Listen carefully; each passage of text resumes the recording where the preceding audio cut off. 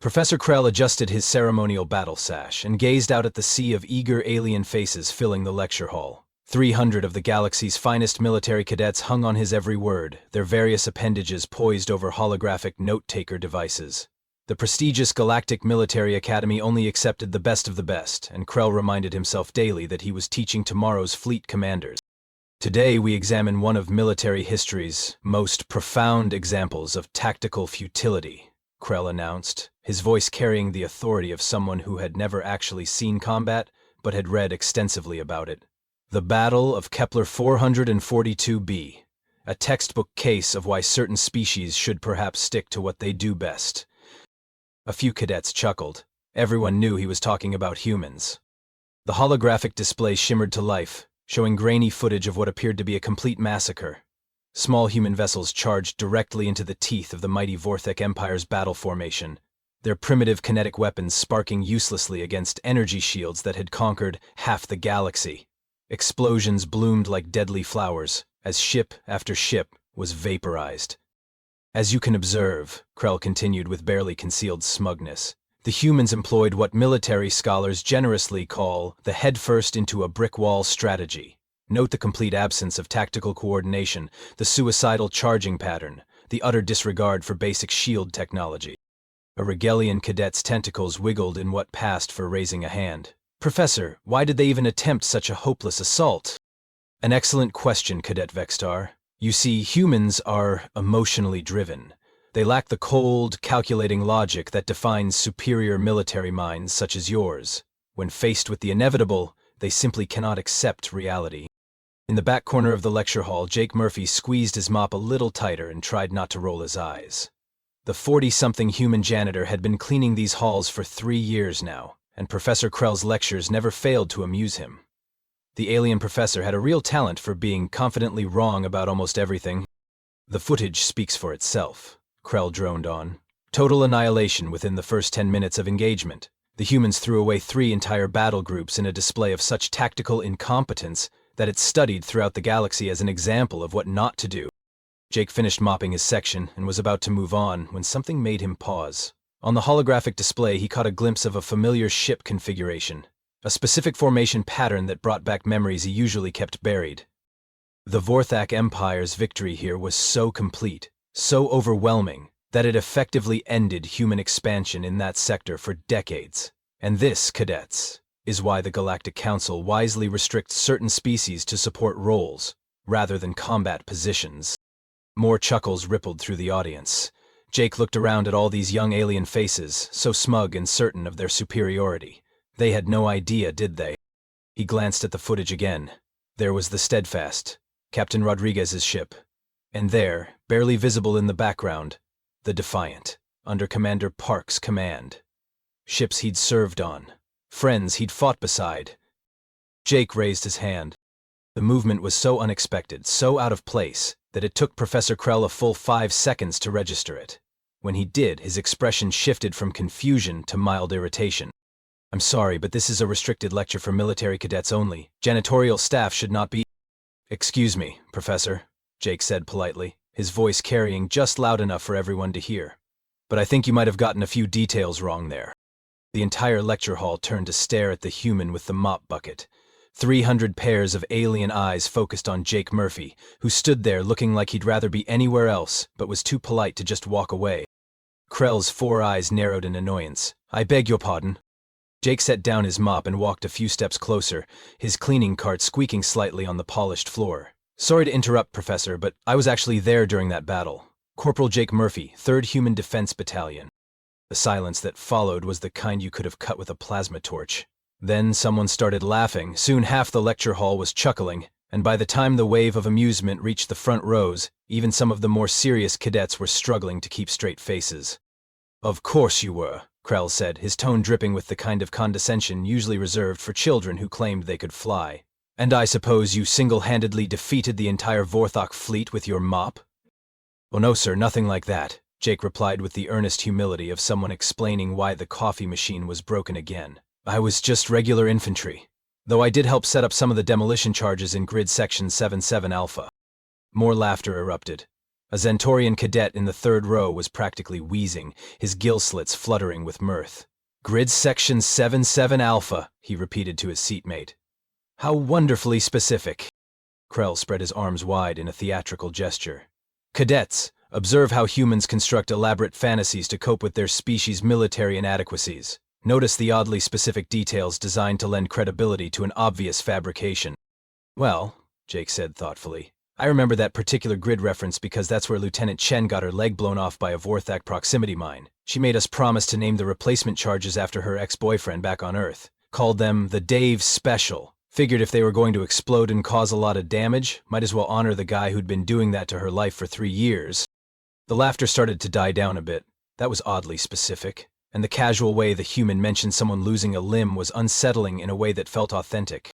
"Furthermore," Jake continued, warming to his subject, "I remember thinking it was weird that the Vorthak kept their shield generators exactly 7.3 meters apart in a hexagonal pattern.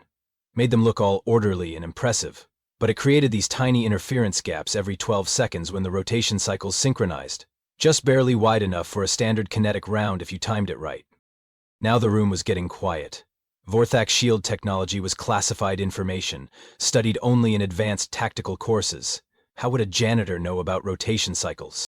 Professor Krell's expression shifted from amused condescension to mild concern. "The technical specifications of Vorthak defensive systems are not common knowledge, human."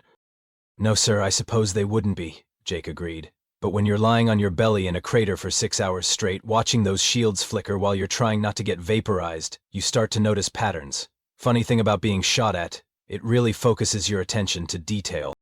He scratched his chin thoughtfully. "Come to think of it, I don't think those shield rotation cycles ever made it into the official after-action reports. Command was too busy trying to figure out how we managed to punch through what everyone said was impenetrable defense." A Rigelian cadet near the front raised a tentacle hesitantly. "You're saying the shields had a weakness?"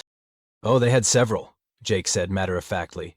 "But that timing gap was the big one. Of course, knowing about it and actually hitting it are two different things. Took us about 4,000 rounds of ammunition to figure out the right rhythm. Good thing humans are stubborn." Professor Krell was starting to look like someone who had just realized he might have stepped in something unpleasant. "Even if such a weakness existed, which I highly doubt, it would hardly matter against the Vorthak's overwhelming numerical superiority." "You're absolutely right about that," Jake nodded agreeably. "They outnumbered us about 40 to 1. Real problem, tactically speaking." Jake glanced up at the holographic display, where the footage was still playing on loop. Ships exploding, humans apparently throwing their lives away in meaningless charges. He shook his head with the kind of expression usually reserved for watching someone try to assemble furniture without reading the instructions. "See, that's where your footage gets a bit misleading, Prof. What you're seeing there isn't actually the battle. That's just the opening act." "The opening act?" Krell's voice cracked slightly. Yeah, we call it ringing the dinner bell. See, the Vorthak had this whole superiority complex thing going on. Figured they were so advanced that any species using kinetic weapons had to be primitive idiots. Which, to be fair, we kind of encourage. Jake moved closer to the display, pointing at the seemingly chaotic charge patterns. "Look at those attack vectors. Random, right? Suicidal? That's what we wanted them to think. But if you track the actual flight paths, you'll notice something interesting." He traced his finger through the air, following the path of the human ships. Every single one of those random charges pushed the Vorthak fleet about 15 degrees clockwise. Took us 3 separate wave attacks, but eventually we herded their entire formation into a nice, tight cluster right about there. The cadets were leaning forward now, studying the display with new eyes. Sure enough, by the end of the footage, the previously spread-out Vorthak fleet had consolidated into a much tighter formation. Now, the Vorthak commanders thought this was great, Jake continued with the casual tone of someone explaining how to change a tire. Tighter formation meant they could concentrate their firepower, protect each other's flanks. Textbook defensive positioning. Made perfect sense from their perspective. "And from your perspective?" asked Cadet Vexstar, the Rigelian who had spoken earlier. "From our perspective, they'd just moved into the kill zone." Professor Krell looked like he'd swallowed something unpleasant. "Kill zone? But the footage clearly shows—" "The footage shows exactly what the Vorthak saw," Jake interrupted gently, which was the point. "See, humans have this really bad habit of studying our enemies obsessively. We've been tracking Vorthak fleet movements for 2 years before this engagement. Learned everything about their tactics, their technology, their psychology. He gestured at the display. Vorthak shields are impressive, don't get me wrong, but they have one major design flaw besides those timing gaps I mentioned. They're energy-based, which means they work great against plasma weapons, particle beams, all that advanced stuff. But kinetic rounds? Old-fashioned bullets and missiles? Those they have to absorb kinetically, which generates heat. The room was dead quiet now. Even the background hum of the ventilation system seemed loud. Now, one kinetic round hitting a Vorthak shield isn't a problem, Jake continued. Neither are 100 or even 1,000. But see, we'd done the math. If you hit a Vorthak shield generator with approximately 14,000 low-velocity kinetic rounds within a 60-second window, the thermal overload causes a cascade failure in the entire grid network. Cadet Vextar's tentacles were trembling slightly. How many rounds did you fire? Jake scratched his head with the embarrassed expression of someone admitting they'd maybe gone a little overboard. Well, that's where the whole human stubbornness thing comes in. We didn't want to risk coming up short, so we calculated for about 30,000 rounds per target, just to be safe. The mathematical implications of that statement hit the room like a sledgehammer. 30,000 rounds per ship multiplied by the size of the Vorthak fleet. The ammunition expenditure alone would have bankrupted most species, whispered a Zentarian cadet. Yeah, that was a concern, Jake admitted. But humans have this weird thing about mass production. When we decide to make something, we tend to make way too much of it. Lucky for us, right around that time Earth's industrial councils were dealing with a massive overstock of kinetic ammunition. Something about a cancelled mining operation on Titan. So we figured, hey, might as well put it to good use. Professor Krell was staring at the footage with a horrified expression, as if seeing it for the first time. You're saying that what appears to be a disorganized charge was actually a carefully orchestrated bombardment? Oh, it was disorganized, Jake said cheerfully. That part's totally accurate. See, the thing about carefully orchestrated plans is that the enemy can predict them if they're smart enough, but nobody can predict chaos. So we gave every ship captain the same basic objective, but let them figure out their own way to achieve it. Some of our pilots were doing barrel rolls while they fired. One guy actually flew his fighter backwards for the last 30 seconds because he thought it looked cool. He chuckled at the memory. Command was having absolute fits watching the tactical displays. But it worked. 30,000 different approaches to the same problem, all happening simultaneously. The Vorthak targeting computers couldn't get a lock on anything because nobody was flying in predictable patterns. But surely their shields held, Krell said desperately, clinging to what remained of his worldview. The Vorthak Empire's defensive technology was legendary. Jake's expression grew sympathetic, like someone about to deliver bad news to a friend. Well, Professor, that's where the footage cuts off. Right before things got interesting. Jake walked over to the holographic projector controls, the kind of casual movement that suggested he'd done this before. Mind if I borrow this for a minute, Professor? I think I can fill in some of the gaps in your historical record. Krell nodded mutely, too stunned to object. Jake's fingers moved over the controls with surprising familiarity, pulling up tactical overlays and sensor data that definitely wasn't part of the standard curriculum.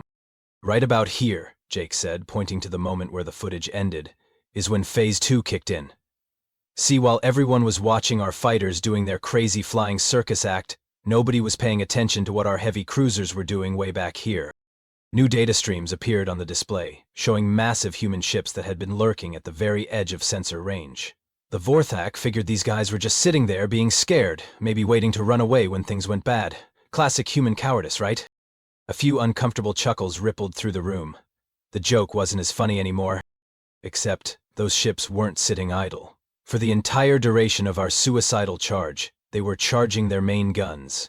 Now, human naval rifles aren't fancy. They're basically just really, really big versions of the kinetic weapons our fighters were using. But when you scale up kinetic weapons, interesting things happen to the physics. Jake manipulated the display to show firing solutions, trajectory calculations that painted elegant arcs through space. Each of our heavy cruisers carries 4 main guns. Each gun fires a projectile about the size of a city bus, moving at roughly 12% of light speed. When 36 of those rounds hit simultaneously, the display showed the mathematical result. Even the advanced alien cadets could follow the energy calculations, and what they saw made several of them physically recoil. The thermal shock alone would have been impressive, Jake continued conversationally. But we weren't aiming for their ships. We were aiming for the gravitational focal point right in the center of their formation. You know, that nice tight cluster we'd spent all that time herding them into? Cadet Vextar's voice was barely a whisper. A gravitational shockwave. Yep. Turns out if you dump that much kinetic energy into a single point in space, you create a localized distortion in the fabric of space-time itself, just for about 3 seconds, but that's more than enough. Jake's fingers danced over the controls again, showing what happened next. The shockwave propagated outward at light speed, which meant the Vorthok sensors couldn't detect it until it was already hitting them. Their shields tried to compensate, but they were already overloaded from absorbing all those fighter rounds. The gravitational distortion didn't destroy their shields so much as, well, imagine trying to hold an umbrella in a hurricane that's also somehow pulling you in 6 different directions at once. The silence in the lecture hall was profound. These weren't primitive tactics they were hearing about. This was physics being weaponized on a scale that most species would consider impossible. Of course, the gravitational pulse only lasted 3 seconds, Jake said, as if this was somehow disappointing. But that was plenty of time for our real surprise to arrive. More data appeared on the display. Sensor contacts that had been completely invisible until that moment suddenly lit up the tactical grid like a Christmas tree. Stealth mines, Jake explained helpfully. We'd been seeding that entire volume of space for about 6 months before the battle. Took nearly our entire deep space mining fleet, retrofitted with cloaking technology we'd borrowed from some very generous Romulan traders who owed us a favor. Professor Krell made a strangled sound. Borrowed? You mean you allied with the Romulans? Oh no, nothing that formal. Turns out they needed help with a pest problem on one of their agricultural worlds. Something about giant space locusts. We sent them a few cans of Earth insecticide and a guy from Iowa who knew about farming. They sent us some cloaking devices. Fair trade, really. Jake turned back to the display, where thousands of tiny contacts were now surrounding the Vorthak fleet. Each mine was programmed to activate the moment it detected a gravitational anomaly. So when our heavy guns created that space-time distortion, suddenly the Vorthak found themselves in the middle of the largest minefield in galactic history. He paused, studying the tactical display with the critical eye of someone reviewing his own work. Now, individually, these mines weren't much more powerful than our regular kinetic rounds, but we'd calculated that if we detonated about 50,000 of them simultaneously, the combined shockwave would create a resonance effect in the local space medium. Resonance effect. The question came from somewhere in the middle of the lecture hall, though no one seemed sure who had asked it. Think of it like striking a tuning fork, Jake explained patiently. Except instead of making a pretty sound, the vibration tears holes in the dimensional barrier between normal space and subspace. Just tiny holes, mind you, each one only about the size of a pinhead. His tone grew almost apologetic. The problem is, subspace has a lot more energy density than normal space. So when you punch holes between them, you get these little jets of pure energy shooting out at random angles. We calculated about 2 million separate breaches. The mathematical horror of this statement settled over the room like a blanket. 2 million pinhole-sized breaches between dimensions, each one spraying destructive energy in unpredictable directions. The light show was really something, Jake said wistfully. Like fireworks, except each explosion was roughly equivalent to a small star going supernova. The sensor readings were so intense that half our instruments overloaded just trying to record it all. He manipulated the display one more time, showing the aftermath. Where the mighty Vorthak fleet had been, there was now nothing. Just empty space and some scattered debris that glowed faintly with residual exotic radiation. The whole thing lasted about 47 seconds from start to finish, Jake said, checking an imaginary watch. Would have been faster, but Jenkins on the Defiant had a misfire in gun turret number 3 and had to manually reload. That guy was always having technical difficulties. Professor Krell was staring at the display with the expression of someone whose entire understanding of reality had just been fundamentally challenged. The entire Vorthok battle fleet? Completely destroyed, Jake confirmed cheerfully. Well, except for their command ship. We made sure to set the mines so there'd be a safe corridor leading away from the battle zone.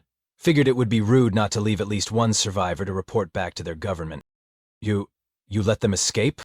Oh, sure. See, the thing about winning a battle is that it's only useful if people know you won it. If we'd killed everyone, the Vorthak Empire would have just assumed their fleet got lost in a navigation accident or something. But with survivors to tell the story, Jake shrugged. Word gets around. Jake scratched his chin thoughtfully, the way someone does when they're trying to remember where they left their car keys.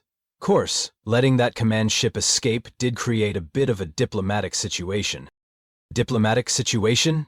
Professor Krell's voice had taken on the hollow quality of someone who was no longer sure of anything. Well, yeah.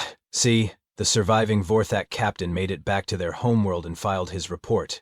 Problem was, nobody believed him. I mean, would you believe a story about humans weaponizing dimensional physics, using mining equipment and agricultural insecticide? Jake gestured at the tactical display, where the empty space still glowed with residual energy signatures. The Vorthak High Command figured their captain had suffered some kind of psychological breakdown, post-traumatic stress maybe, combined with exposure to exotic radiation, so they court-martialed him for cowardice and losing an entire fleet. A Zentorian cadet raised a trembling appendage. What happened to him? Oh, they executed him, Jake said matter-of-factly. Standard Vorthak military protocol for losing a fleet, apparently. Harsh, but that's their culture. The casual way he delivered this information sent a chill through the room. The aliens were starting to understand that humans didn't just win battles, they won them so completely that their enemies couldn't even comprehend what had happened. But here's where it gets interesting, Jake continued, warming to his subject. About 3 months later, the Vorthak decided to send a second fleet to investigate what happened to the first one. Bigger this time, nearly 200 ships. They were going to show these primitive humans what real military power looked like. Professor Krell made a sound that might have been a whimper. Please tell me you didn't— Oh no, we didn't fight them, Jake said quickly. Fighting would have been rude. Instead, we sent them a care package. He manipulated the display to show a new set of data, cargo manifests, shipping records, and what appeared to be a very polite diplomatic note written in 17 different alien languages.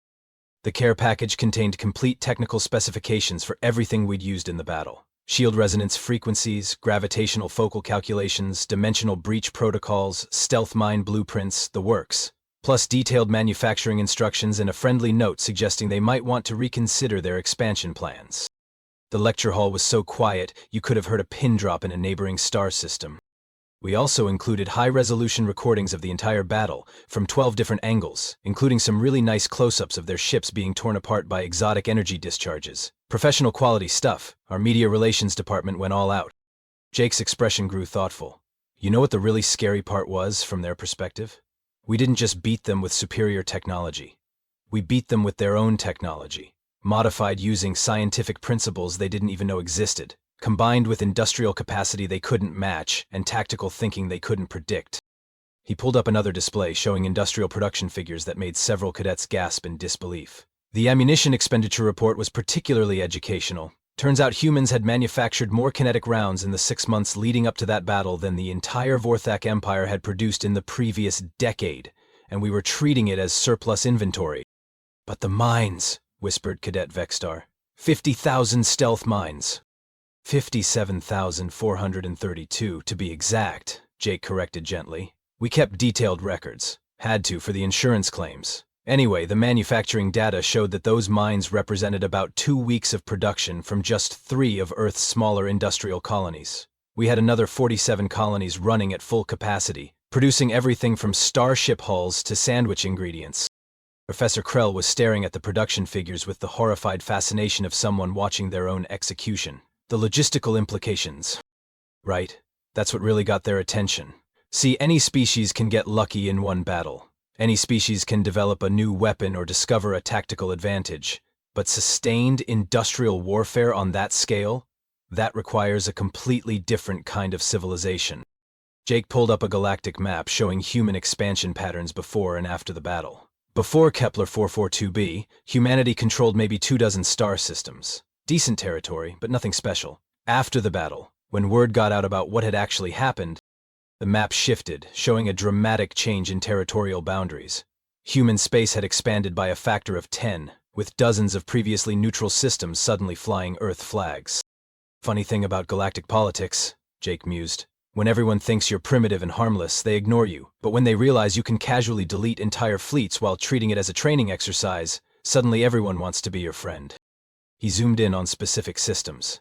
The Rigelian Trade Consortium offered us exclusive mining rights to 17 systems in exchange for a non-aggression pact. The Centauri Federation sent us their complete library of technological specifications as a goodwill gesture. Even the normally isolationist Surians started sending us fruit baskets and dinner invitations. What about the Vorthak Empire? Asked a cadet from the back row. Jake's expression grew almost sympathetic. That's the sad part, really. After their second fleet received our care package, they spent about 6 months trying to reverse engineer our technology. But, see, the thing about human engineering is that we don't just build things to work. We build them to work reliably under the absolute worst conditions imaginable. He brought up technical schematics that looked like they'd been designed by someone who assumed everything would go wrong simultaneously. Our gravitational pulse generators, for example. The Vorthak tried to build their own version and managed to create a localized black hole that consumed their primary research facility, set their weapons development program back by about 50 years. Their attempt at dimensional breach technology was even more entertaining, Jake continued with the cheerful tone of someone recounting an amusing anecdote. They managed to open a portal to what we later determined was a parallel universe inhabited entirely by sentient, angry wasps. Took them 3 months to seal the breach, and their homeworld still has a bit of a pest problem. The implications of this revelation settled over the room like a heavy blanket. The Vorthak Empire, one of the galaxy's major powers, had been so thoroughly defeated that their attempts to understand how it happened had crippled their own technological development. The final nail in the coffin came about a year later, Jake said, pulling up economic data that painted a picture of complete collapse. The Vorthak military leadership realized that humans weren't just tactically superior, we were operating on a completely different scale of industrial capacity. Every battle they fought against us would cost them irreplaceable ships and personnel, while we could treat entire fleets as acceptable losses. He paused, looking around the room at all the stunned alien faces. So they surrendered, unconditionally, disbanded their military, opened their borders to human trade, and formally requested admission to what they called the Earth Protection Zone. The Earth Protection Zone? Professor Krell's voice was barely a whisper. That's what they started calling human space, Jake explained. Figured if they were going to be conquered anyway, better to be conquered by someone who sent care packages and technical manuals instead of just blowing everything up. Jake glanced at the chronometer display on the lecture hall wall and made a small sound of surprise. Oh, wow, would you look at the time? I've been talking for almost 20 minutes. Sorry about that, Professor. Didn't mean to hijack your whole lecture. He started walking back toward his cleaning cart, moving with the unhurried pace of someone who had floors to mop and a schedule to keep. The squeaky wheel on his cart seemed impossibly loud in the stunned silence that filled the room. Before I forget, Jake said, pausing with his hand on the mop handle, you might want to update your textbook. That battle footage you've been showing? It's actually available in full-length high definition now. The Historical Archives Department finally declassified the complete tactical recordings about 6 months ago.